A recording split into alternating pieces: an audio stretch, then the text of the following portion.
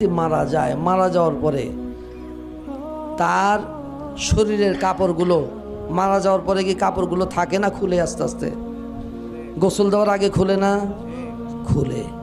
এই কাপড়গুলো খোলার পরে থেকে নিয়ে ঠিক একদম আপনার কাফন করানোর পূর্ব পর্যন্ত এই অল্প সময়ের মধ্যে সে নেককার যদি হয় তাহলে নেক জায়গাগুলো জান্নাত সেই জায়গাগুলো দেখাইয়া তাকে আবার তার জায়গায় নিয়ে আসবে। সুবহানাল্লাহ।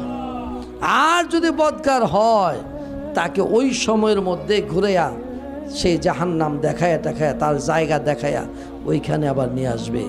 যখন কাফনের কাপড়টা তাকে পরাইয়া দেওয়া হবে, আস্তে আস্তে রুহুটা দেখা শুরু করবে। কি দেখবে?